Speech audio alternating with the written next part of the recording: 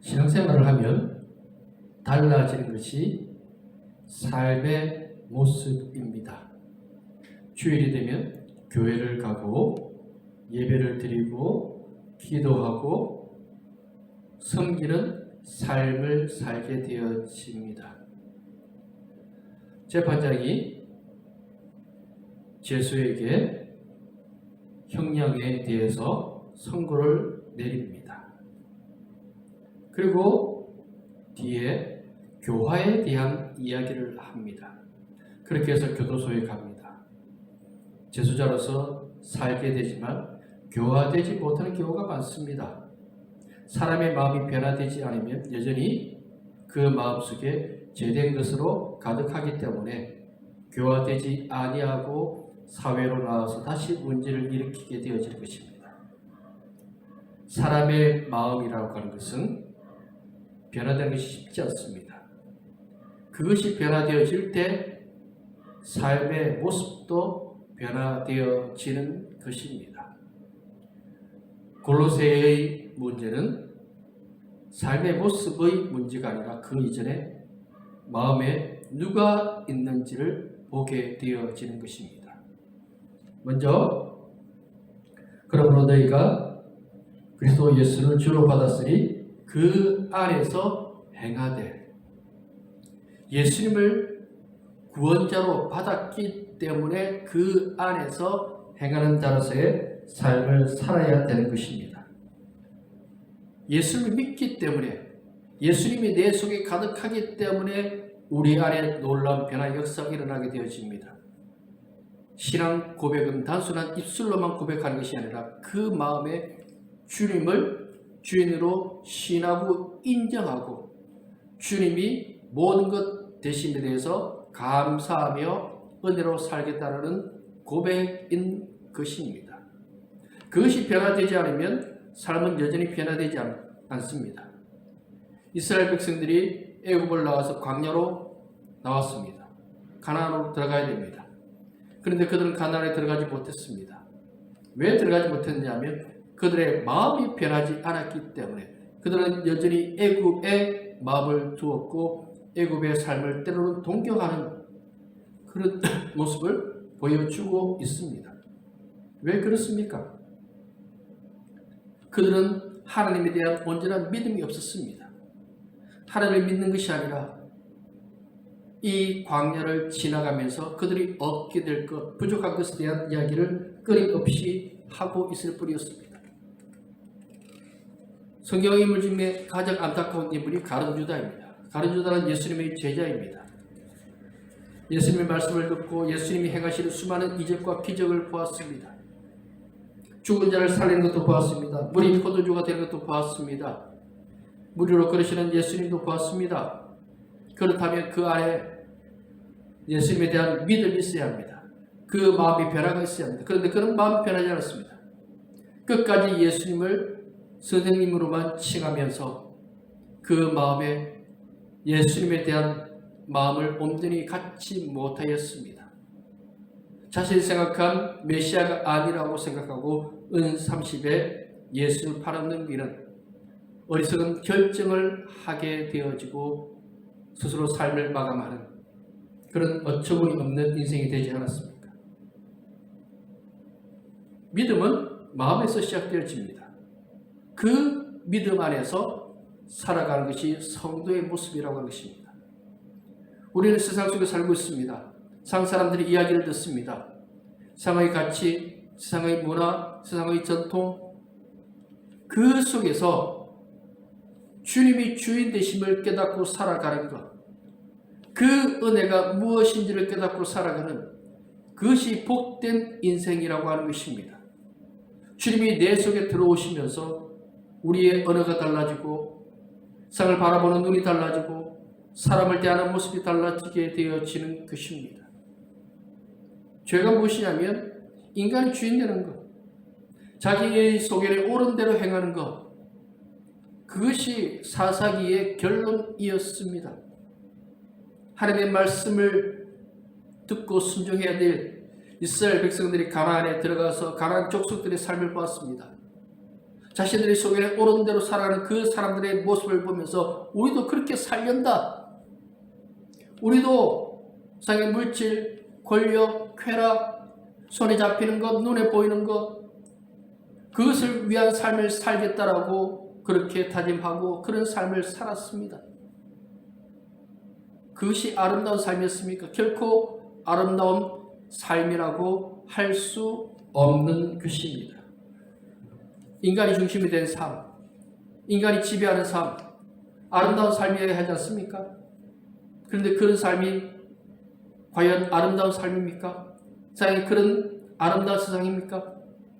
끊임없이 전쟁이 일어나고 범죄가 일어나고 뉴스를 볼 때마다 어떻게 사람이 저럴 수 있나? 사람이기 때문에 그렇습니다.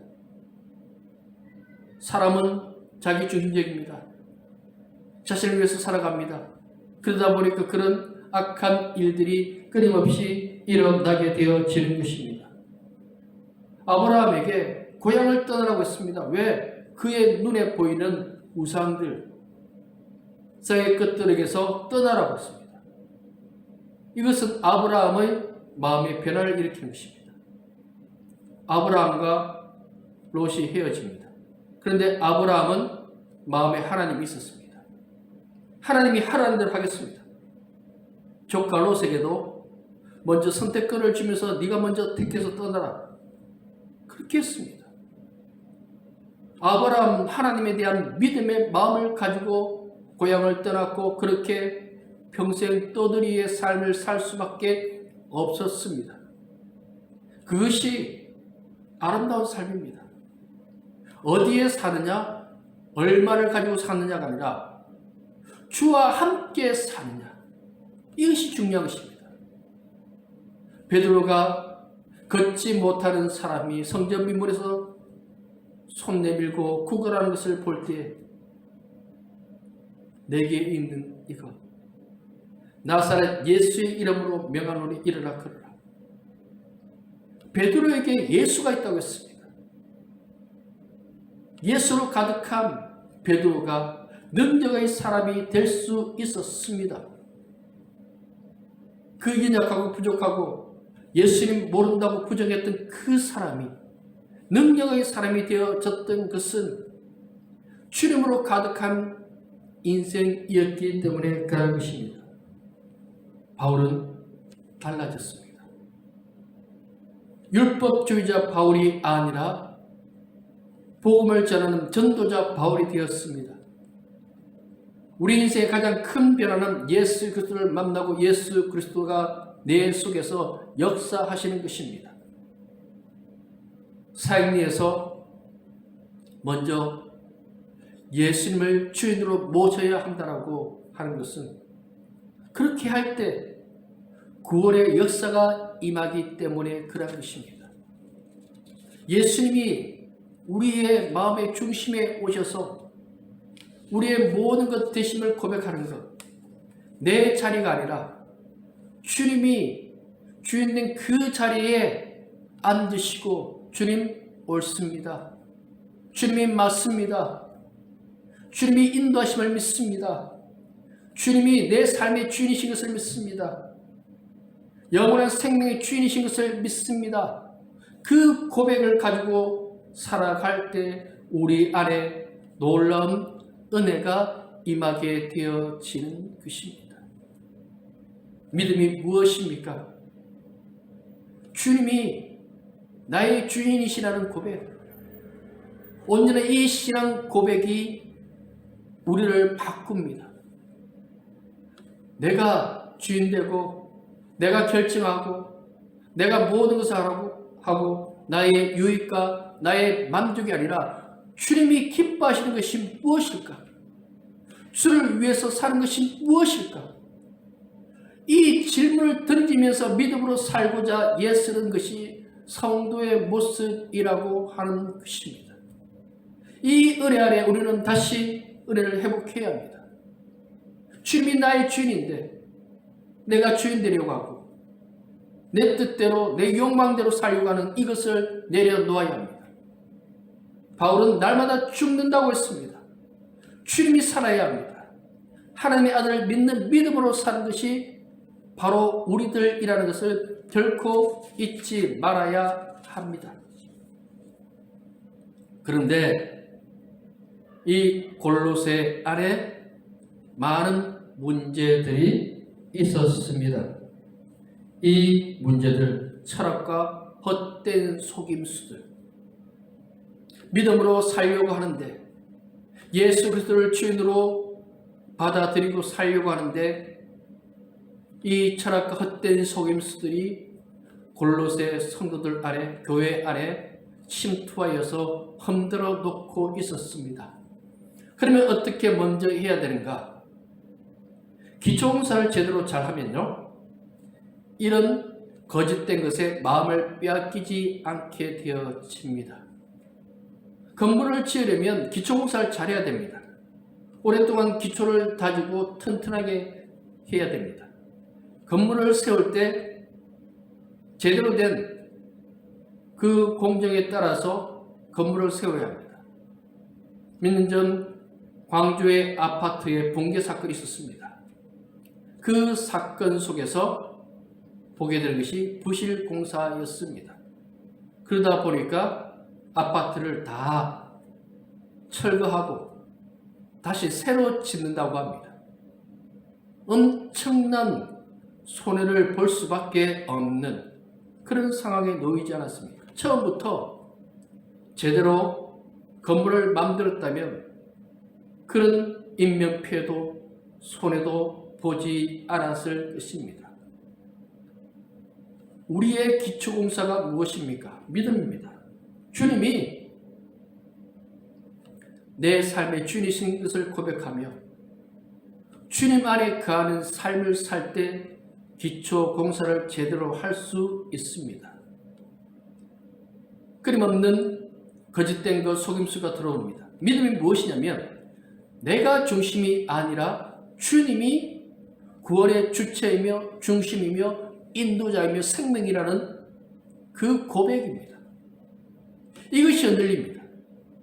사람들에게 이 철학이, 이 율법주의가, 행위 구원이 들어오면 사람 위주로 생각을 하게 되어지고 사람이 구원의 주체가 되어지고 뭔가를 하려고 합니다.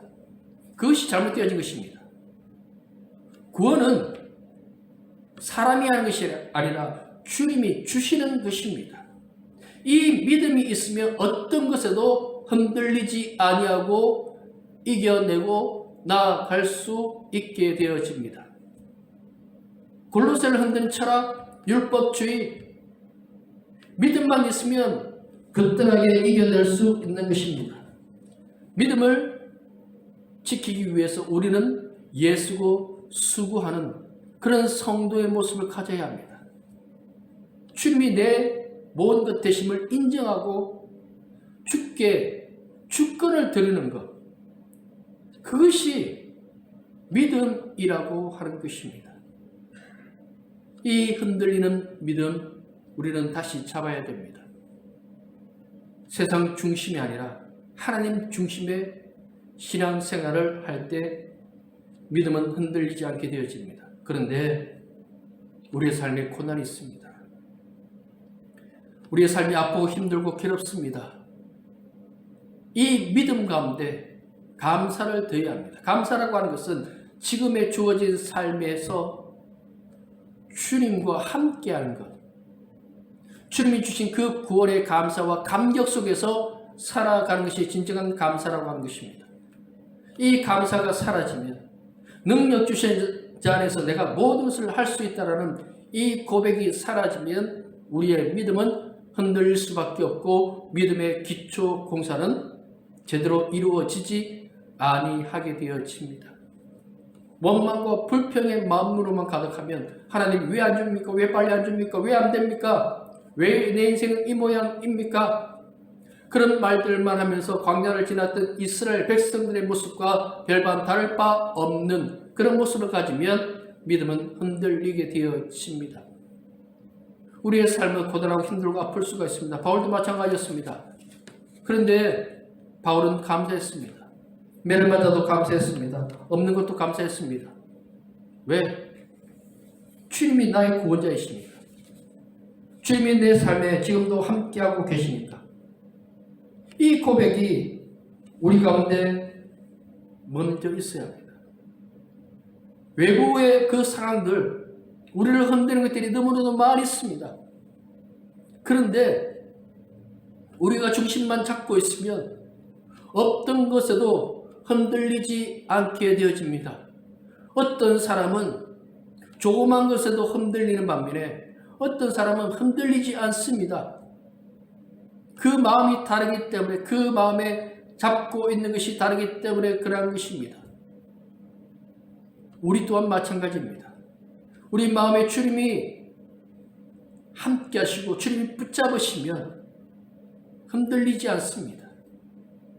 원망이 아니라 감사의 마음을 가지고 주님이 내 속에서 일하실 것에 대한 기대와 소망을 가지고 살아가면 우리는 충분히 이겨내고 감사하면서 살아갈 수 있는 것입니다. 이런 은혜가 우리 가운데 먼저 있어야 합니다. 그리고 세상의 그 거짓됨과 제약됨을 우리는 분명하게 알아야 됩니다. 세상은 사람이 중심이 되어집니다. 그래서 나온 것이 진화론입니다. 그래서 나온 것이 유물론이고, 그리고 정신세계를 또 인간이 다 지배할 수 있다라고 하는 프로이드를 비롯한 그런 정신세계의 많은 습각들이 나오고 있습니다. 그럼에도 불구하고 인간은 하나님 앞에 나가야 합니다. 인간이 지배하는 것이 아닙니다. 인간이 결정하는 것이 아닙니다. 이 거대한 우주 앞에 인간은 겸손하게 하나님께 은혜를 구할 뿐입니다. 인간이 모든 것을 압니까? 모릅니다. 내일 무슨 일이 일어날지, 당장 1초 후에 무슨 일이 일어날지 모르는 것이 우리이지 않습니까? 인간이 대단합니까? 그렇지 않습니다. 대단한 능력을 가졌던 사람들, 지식을 가졌던 사람들, 철학자들 또한 그들의 삶은 별반 다를 것이 없는 것입니다. 그렇습니다. 사람이 지배하는 것이 아닙니다. 사람이 주인 되어서는 안 됩니다. 사람이 영광받아서는 안 됩니다. 당시에 로마 황제 대단한 것 같았으나 그들은 암살되고 실각해서 그렇게 죽음을 맞이하고 영원할 것 같던 권력들이 아무짝에도 쓸모없는 것이었다는 것을 깨달았을 때는 늦고 말았습니다. 우리도 그런 유혹을 받을 때가 너무도 많이 있습니다. 인간의 생각이 지배하는 세상을 우리는 지금 살고 있습니다. 컴퓨터가 그렇게 지배하고 있습니다. 컴퓨터로 얼마나 많은 것을 할 수 있습니까? AI 기술, 상상을 초월하는 그런 과거의 발전을 지금 이루고 있는 현대를 살아가고 있습니다. 그럼에도 불구하고 인간이 지배하는 것이 아니라 하나님이 지배하시며 하나님이 함께 하심을 깨달아야 합니다. 우리 안에 이런 믿음을 가지고 있을 때 세상의 철학과 행위 구원과 같은 율법주의와 같은 그런 거짓된 제약된 인간이 이해하려고 하는 그런 종교적인 생각들은 사라지게 되어지는 것입니다. 구원을 이해하려고 해서는 안 됩니다. 구원은 믿음입니다. 구원은 인간이 결정하는 것이 아닙니다. 이 천지만물을 어떻게 인간이 다 이해하고 받아들일 수 있습니까? 하나님이 세상을 만드셨습니다. 그리고 구원하셨습니다. 거기에 아멘, 맞습니다. 그렇습니다. 그 고백 속에서 우리는 주어진 지금 이 순간 믿음 안에서 열심히 살아가는 것이지 인간이 뭔가를 이루고 그것에 대한 결과물로 구원을 얻는다, 그 말은 거짓말입니다. 구원은 하나님의 영역인 것입니다. 깨달아야 합니다. 그럴싸한 말에 속지 말아야 됩니다. 구원의 주체는 주님입니다. 우리는 그것을 분명하게 알아야 됩니다. 마지막으로 우리는 예수로 충만한 사람입니다. 우리는 예수 안에 있는 사람입니다. 이 예수가 누구냐 하면 신성의 모든 충만이 육체로 거하시고, 그렇게 말씀하고 있습니다. 이것은 예수님이 완전한 인간이면서 완전한 하나님이라는 뜻입니다. 예수님은 인간이면서 하나님입니다. 이것은 이해로 받아들일 수 있는 것이 아닙니다. 어떻게 인간이 하나님이냐? 예수님은 그렇습니다. 예수님은 인간이지만 하나님입니다. 성경은 예수님의 그 인간적인 모습에 대해서 말씀하고 있습니다. 예수님은 식사하셨습니다. 예수님은 우셨습니다. 예수님은 그 십자가 고난 앞에서 땀방울이 핏방울이처럼 떨어지는 그 속에서 이 잔을 지나가게 해달라고, 그 고통이 얼마나 큰 것인지 아시기에 지나가게 해달라고 기도하셨습니다. 그런데 예수님은 하나님이십니다. 한 무리의 사람이 지붕을 뜯었습니다. 그리고 예수님 앞에 중풍병자를 내려놓습니다. 예수님이 그 중풍병자를 고치시면서 하시는 말씀이 작은 자야 내 죄 사함을 받았느니라. 고쳐주겠다라고 말씀하시기 전에 내 죄 사함을 받았느니라. 율법주의자들 깜짝 놀랍니다. 속으로 어떻게 하나님이 아닌 사람이 죄를 사한다고 하느냐, 신성모독이라는 생각을 가졌습니다. 그런데 예수님은 하나님이시기에 그의 죄를 사하는 권세가 있었습니다. 그리고 예수님은 또 이렇게 말씀하십니다. 중풍병자에게 내 죄 사함을 받으니라 하는 말과 일어나 내 상을 가지고 걸어가라는 말 중에서 어느 것이 있겠느냐? 그러나 인자가 땅에서 죄를 사하는 권세가 있는 줄을 너희로 알게 하려 하더라고 하신 후에 중풍병자의 병을 고쳐주셨습니다. 죄를 사하는 권세는 그 사람들이 눈에 보이지 않지만 중풍병의 그 고침은 눈에 보이게 되어집니다. 예수님이 누구인지 보여주려는 것입니다. 그런데 그들은 믿지 않았습니다. 예수님이 하나님이라는 것을 믿지 않았습니다. 예수님이 천지 만물의 주인이라는 것을 믿지 않았습니다. 우리는 믿습니다. 예수님이 하나님이며 인간이라는 것을 우리는 압니다. 믿습니다. 그 은혜가 얼마나 큰지 우리는 알고 있습니다. 가이사랴 빌립보 그 지방을 지나갈 때 예수님이 제자들에게 물었습니다. 사람들이 나를 누구라고 하느냐?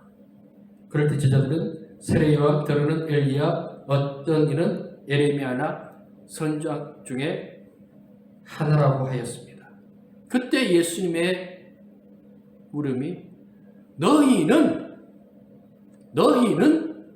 나를 누구라? 이게 중요한 것입니다.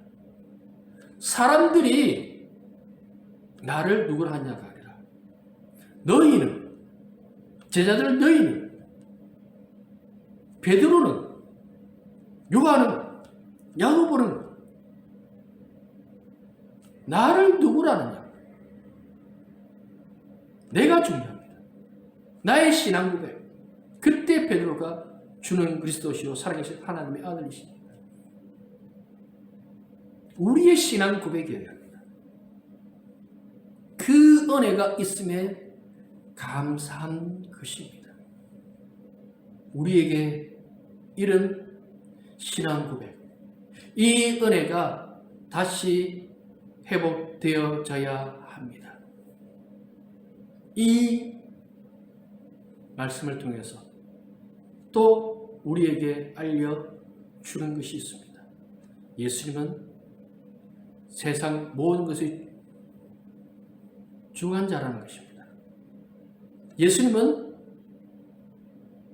영적인 세계뿐만 아니라 세상의 주권도 주님으로부터 나온다라고 말씀하고 있습니다. 로마의 황제, 또 지역의 높은 관리들, 총독들, 그들은 자신들이 가진 권력으로 자신들을 위한 삶을 살았습니다. 그런데 그 권력이 주님으로부터 나온 것입니다. 이 말이 무엇입니까?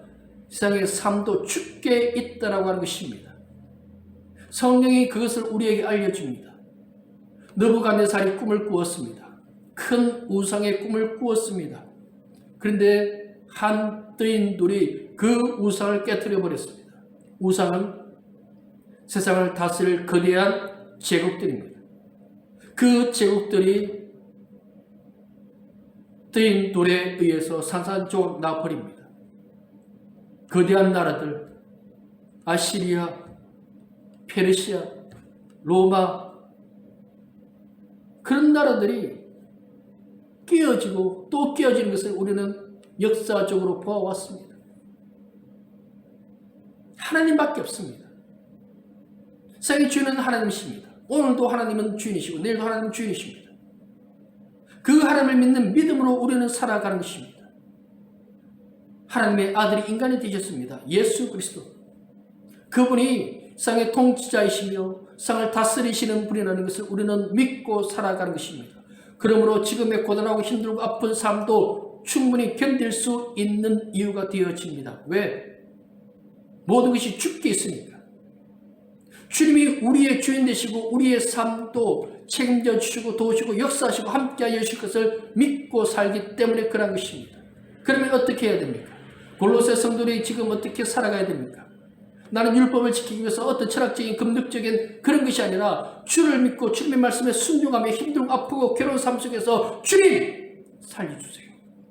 주님 도와주세요. 주를 위해서 살게 해주세요. 주님의 영광의 도구가 되게 해주세요. 그들은 고단하고 힘들고 아픕니다. 주를 믿고 사는 것이 참 힘들 수 있습니다. 그런데 진짜 잘 사는 것, 결국 승리하는 것은 믿음의 사람들입니다. 주님이 우리의 주인이시고 세상의 주인이신 것을 알기 때문에 우리는 그렇게 살아갑니다. 지금 당장 사람들이 잘 사는 것 같이 결국은 우리가 이깁니다. 결과는 주께 있습니다. 삶도 주께 있습니다. 주를 믿습니까? 영적인 세계뿐만 아니라 이 땅의 삶도 주께 있습니다. 주님이 어떻게 역사하실지 우리는 알지 못합니다. 참 아픕니다. 힘듭니다. 괴롭습니다. 그러나 끝까지 한번 견뎌보시며 믿음으로 살아가십시오. 왜? 우리 속에 주님이 계시니까. 내 주인이 주님이시니까. 주님이 나를 붙잡고 가시겠다고. 주님이 나의 주인이 되셔서 인도해 주시겠다고 분명히 말씀하셨을 거예요. 선한 목자 되신 주님 따라가보자고요. 어떻게 되는지 그렇게 한번 살아보자고요. 주님의 음성에 귀 기울이며 주님이 가라는 그 길 따라 가보면 그 끝에 결국은 놀라운 은혜가 기다리고 있습니다. 지금 주님을 믿는 것 때문에 힘들다고 결코 낙심하지 말고 상황의 그 삶을 따라가지 말고 내 안에 계신 주님, 내 속에 역사하시는 주님, 가장 좋은 것을 주시는 천지만물의 주인 되신 주님, 우리가 믿고 믿음으로 승리의 삶을 살 수 있는 주를 따라 주님 말씀에 순종하는 삶을 살 수 있는 우리 모두가 되기를 소망합니다. 기도하겠습니다. 아버지 하나님 감사합니다. 우리 안에 역사하시는 주님, 우리를 도우시는 주를 믿고 믿음으로 사는 이 모두가 되게 하여 주시기를 원합니다. 주님이 우리의 주인이십니다. 주님이 모든 것 되심을 고백하며 주님을 주인으로 인정하고 믿음으로 살아가는 우리 모두가 되게 하여 주시기를 원합니다. 어떤 것에도 흔들리지 아니하는 믿음 가지고 주를 따라가게 하여 주셔서 주님 말씀에 순종하게 하십시오. 영과 육의 주인 되신 주님, 모든 것을 인도하시는 주를 믿고 순종하며 믿음의 열매 맺는 우리 모두가 되기를 원하오니 이 험난한 세상 믿음으로 잘 견디며 이겨나가며 살아갈 수 있는 은혜 또 살아가여 주셔서 예수님 이름으로 기도드립니다. 아멘.